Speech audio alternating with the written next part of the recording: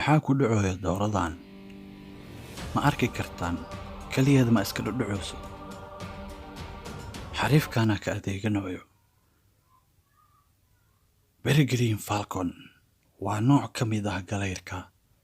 Peregrine waa ugaarsade laga cabsado. Wuxuu cunaa shimbiraha kale iyo fiidmeerta. Habkoo wax ugaarsadana caadi ma ahan. Kow hawada soo gala. Markuu uu hadafkiisa arko oo uu isha saaro, wuxuu biloobaa inuu isu soo deeyo wax dhulka soo teestaynayo camal, isagoo si tartiib ah u kordhinayo xawaarihiisa. Garbahoo laabana soo u gaaro xawaarihiisa ugu sareeya 200 kilomitir saacadii, oo ka dhigaysa xayawaanka ugu xawaaraha badan adduunka. Markuu ugaartiisa u soo dhawaado, lugihiisa ayuu madaxa ugu dhiftaa. Il caadi ah laguma arki karo. Sidaas darteed slow motion gelinay saad u aragtaano. Soo wax u galayo galeerkan.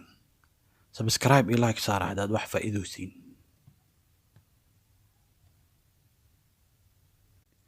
Weligaa ma aragtay malay oo bistoolad wato? Si wax loo galayo arag. Car 19 ayuu wataa. Waxaa la dhahaa malaygan Archer fish. Archer waxaa la dhahaa qof falaar ku dagaalamo. Liishkiisa caadiga aheenoo magacaas ku kasbaday. Waa ogahay inaa isdhehaysiin biyo loo ku tufooyaa cayayaantan. Waa wax iska fudud. La socda indhihiisa biyaha hoostooda ku jiraan. Sidaanoo wax u arkaa fiiriya. Humaag yar loo u jeedaa. Marka xisaab iyo qorsheyn ayay u baahan tahay. Markuu cabirka saxdo, biyo afka ka buuxsanaa.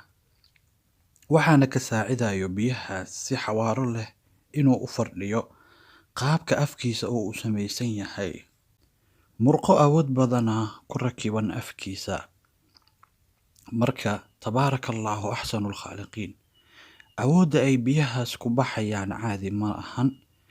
Ilaa 6 mitiro gaarsiin karaa. Caaradan sida loo galooyo arag. Ma seereenayo xitaa. Dilaa tababaran weeye. Wuu soo ritay waa kaas. Taasina waxay ku tusineen arsaaqda inay qoran tahay. Adiga kaliya dhaqaaqa laga rabo. Marka alleh tala saaro. Inaad orod lahaato kaliyeeda kuma xirno inaad wax ugaarsato. Dixrigan aad arkaysiin. Awood qarsan oo leeyahay. Hordhaca idin siinaa. Dhegdheg waaye. Waxaa la yiraahdaa velvet worm. Horta asiga tartiib oo u socdaa. Mana la dareemayo dhaqaaqiisa. Ilaa ay kooladiisa kuugu dhacdo. Haa, xariifkan 2 bistooladoo haysta oo uu ku rusheeyo ugaartiisa. Waa koolo adag oo ciyo qalalaysa. Hadday basaankuu taabato, dhulka ku dhigi. Cabsida ay dareemayso cayayaantaas markii loo soo taagsanayo lama soo koobi karo. Waxaa kaloo kasii qaab daran qaabka wax u cunayo. Dhinacoo kaabajina sunow kuugu duraa oo dhalaalinaysa gudahaada oo dhan. Maraqanka cawaa oo ka dhaweynaya xariifkan. Awoodo gudooy badeed oo 2 nooc ah. Mid burus oo wataa, midna waran oo wataa. Waxaa ku hormaraynaa midka buruslaha. Asicid ahaan wuxuu ka tirsan yahay reerka shirimbi la dhaho. Ma aqaano af Soomaali wax lagu dhaho. Reer xambarweyne hadday daawanayaano magaciisa lidinka rabaa. Awoodo gudooyda dabeecad ahaan waa geesi. Cidna kama gambanayso. Adigaan i daawanayo barowey. Awoodo gudooy meel saaran inaad buriso isku day. Sidaasaa shirimbigan awoodo gudooy badeed loo dhahay. Iyo qaab ahaanne way iska ag dhow yihiin. Midkan buruska wata xirfad gaaro leeyahay. Markuu gaadayo ugaartiisa wuxuu ku dhufanaa feer leh awoodda iyo karaarka xabad la riday. Qolofyada idig xitaa ma celinayaano. Feer kaligeeda ma ku eka xirfadiisa. Wuxuu kaloo leeyahay ciddi af leh. Xawaaraha uu feertaas ku tuurayo waa 50 mayl saacadii ama 80 kilomitir saacadii. taasoo ka dhigaysa feerta ugu xawaaraha badan dunida. Cajiib waayo runtii, subxaan allah. Midka waranka aan u gudubno. Shirimbiga waranka wuxuu leeyahay indho khatar ah oo horumarsan. Indhihiisa qotonka u kala samaysan waxay awoodaan inay si kala madax bannaan u dhaqaaqaano. Waxay arki karaan noocyada kala duwan ee iftiinka. Xitaa waxay arki karaan gudahaada ayagoo raajo u baahanin. Marka wax ka dhuuman karo ma jiraano. Waxaa la aaminsan yahay in shirimbi waran leh uu leeyahay indhaha iyo aragga ugu fiican adduunka. Markay ugaarsanayaan waxay ku dhuuntaan carrada hoosteeda. Wixii soo dul mara ma ogaanayaano waxa qabsaday, iyagoo la cunaaya lee arkayaan. Kaamirada oo caadi ah anaga ma arki karno wuxuu sameynayo, laakiin haddii la tartiibiyo dhaqaaqa muuqaalka waa la arki karaa. Dhigwarya! Waranka waxa loogu tilmaamo waa sababtan.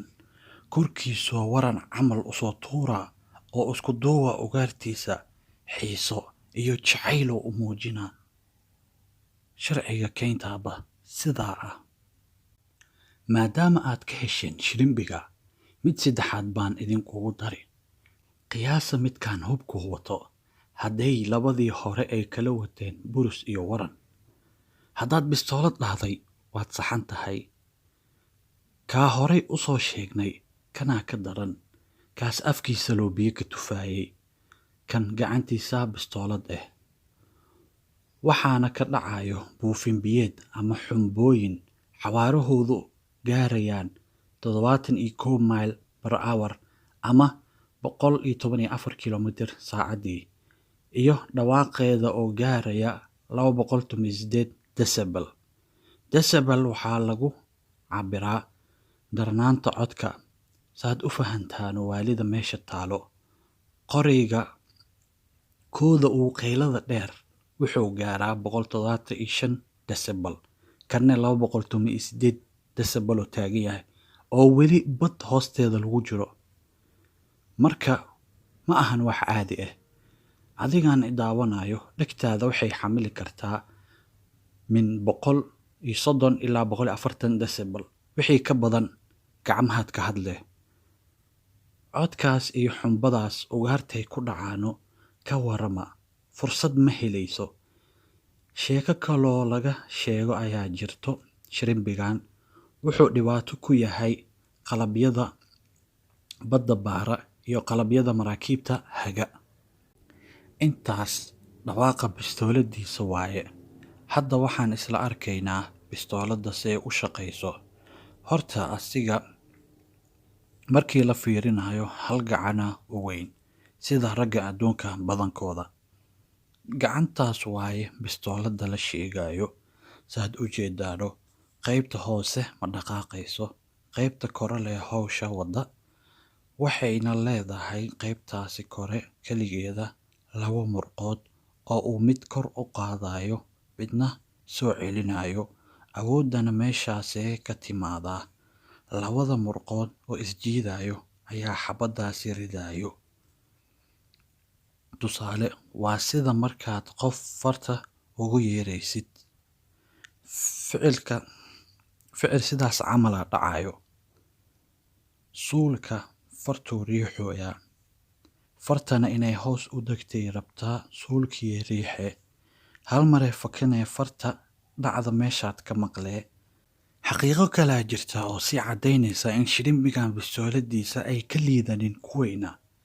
Bistooladiisa kuleele dhalinaya sakamada ugu horeeya ay gacantiisa ka baxayso oo lagu qiyaaso inay ka kulushahay qoraxda korkeeda. Ma ahan ilayskan 6 saac la dhibsanayo ee meesha iftiinkaas ka yimaaday. Waatanee qoraxdeena haddii kaamirada lagu soo dhaweeyo. Awooddaasoo dhan waxaa soo saarayo wax fardheertaada la eg. Marka hadal looma furna oo ahayn subxaan allah tabaaraka allaahu axsanul khaaliqiin.